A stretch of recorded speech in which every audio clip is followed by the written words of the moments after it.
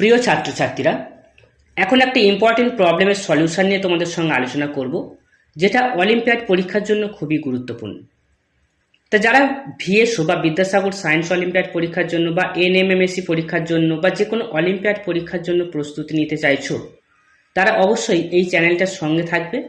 তাহলে তোমাদের অবশ্যই এই চ্যানেলটা অনেকটা হেল্পফুল হবে। এবং তোমরা কোন ধরনের অলিম্পিয়াড পরীক্ষা দিচ্ছ, ভিএসও না এনএমএমএসসি না আইএমও, সেই বিষয়টা আমাকে জানিও। এবং তোমরা কোন টপিকের উপর, ম্যাথসের কোন টপিকের উপর আলোচনা চাইছো সেটাও আমাকে কমেন্টে জানাবে। তাহলে সেই বিষয়টা নিয়ে, অর্থাৎ সেই টপিকটা নিয়ে আমি তোমাদের সঙ্গে আলোচনা করব। এখন যে প্রবলেমটা নিয়ে আলোচনা করব সেটা স্টেপ বাই স্টেপ দেখো। যদি কোনো জায়গায় বুঝতে অসুবিধা হয় তাহলে অবশ্যই আমাকে কমেন্টে জানাবে। এসো আলোচনা শুরু করি। প্রথমে দেখো প্রশ্নটা কি দিয়েছে। বলছে যে পরপর 4টি বিজোড় সংখ্যার গড় 40 হলে বৃহত্তম সংখ্যাটি কত। এখন দেখো বিজোড় সংখ্যা মানে অবশ্যই জানো যে সংখ্যাটা 2 দ্বারা বিভাজ্য নয়। এখন পরপর 4টি বিজোড় সংখ্যা, এই পরপর 4টি বিজোড় সংখ্যা, তাদের গড়টা দেওয়া আছে কত, 40। তাহলে বৃহত্তম সংখ্যাটি কত। অবশ্যই এই অঙ্কটা খুব ইজি, তোমরা পারবে। কিন্তু আমি একটা কনসেপ্ট জাস্ট দেবার জন্যই এই প্রবলেমটা নিয়ে আরো আলোচনা করছি। দেখো, দুটো বিজোড় সংখ্যা, আমি ধরো একটা বিজোড় সংখ্যা নিচ্ছি 3 আর একটা ধরো নিচ্ছে হচ্ছে 5, তাহলে পরপর হলো। আবার তারপরটা ধরো কত আছে 7, তারপরটা 9। এদের মধ্যে ডিফারেন্স কত, 2। এদের মধ্যে ডিফারেন্স কত, 2। এদের মধ্যে ডিফারেন্স কত, 2। তাহলে অর্থাৎ এই যে পরপর যে বিজোড় সংখ্যাগুলো থাকবে তাদের মধ্যে ডিফারেন্স কত করে হবে, 2 হবে। ঠিক আছে। এখন তুমি এই অঙ্কটাকে সমাধান করার জন্য কি করতে পারো না, প্রথম যে বিজোড় সংখ্যাটা সেটাকে n ধরতে পারো, তারপর একটা n+2 ধরতে পারো, তারপর একটা n+2+2 মানে n+4 ধরতে পারো, তারপর একটা n+4+2 মানে n+6 ধরতে পারো। ঠিক আছে। তাহলে এখানে তুমি 4টে বিজোড় সংখ্যা তুমি পেয়ে যাচ্ছ। কিন্তু আমি এটা করব না, কারণ হচ্ছে দেখো, এটা করলে তুমি অ্যান্সার পেয়ে যাবে, খুবই তাড়াতাড়ি চলে আসবে, আমি যেটা দেখাবো সেটাও চলে আসবে। কিন্তু এটা আমার জানানোর একটাই উদ্দেশ্য, যে অন্যান্য অঙ্কগুলো করার সময় আমাদের কিন্তু যে কনসেপ্টটা তোমাদের দেখাবো সেটা কিন্তু খুবই গুরুত্বপূর্ণ এবং খুবই কাজে আসবে। ঠিক আছে।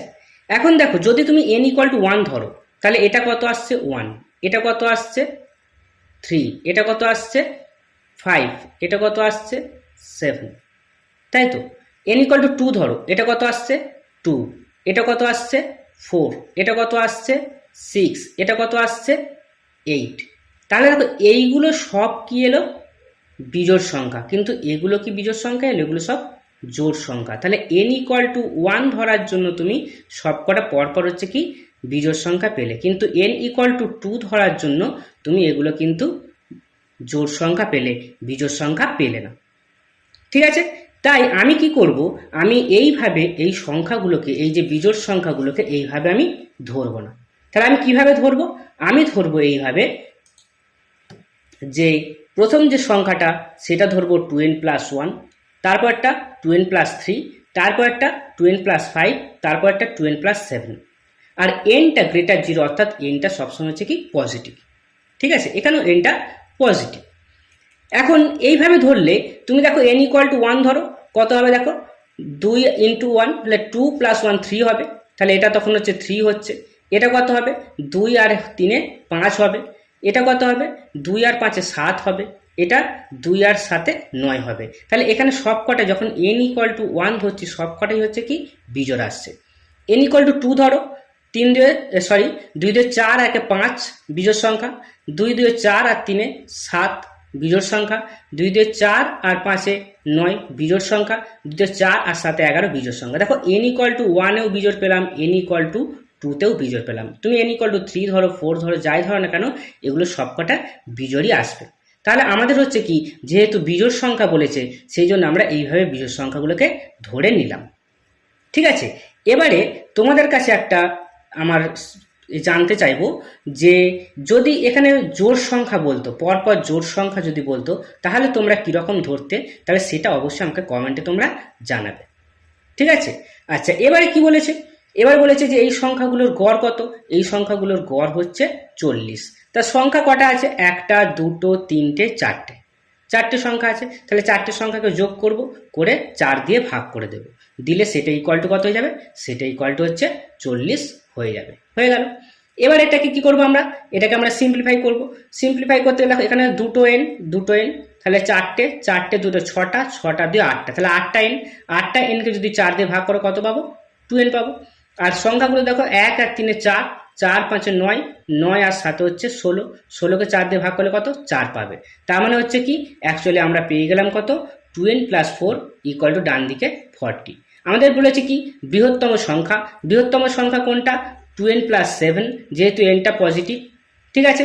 তাহলে এখানে 7 করতে হবে, তাহলে এখানে 3 যোগ করে দাও, এখানেও 3 যোগ করে দাও, তাহলে এখানেও 3 যোগ করে দাও, তাহলে কি পেয়ে যাবে, 2n + 7 ইকুয়াল টু 43। তাহলে আমাদের বৃহত্তম সংখ্যা 2n + 7, সেটা হচ্ছে 43। তাহলে অ্যান্সার করতে হচ্ছে অপশান ডি।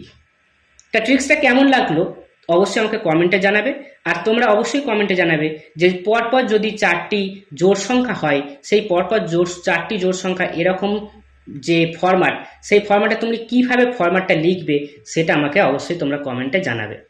আর এই ভিএসও বা যে কোনো অলিম্পিয়াড পরীক্ষার প্রস্তুতির জন্য অবশ্যই চ্যানেলটি সাবস্ক্রাইব করে রাখবে, এবং ম্যাথসের কোন টপিক নিয়ে আলোচনা তোমরা চাও সেটাও আমাকে কমেন্টে তোমরা জানাবে।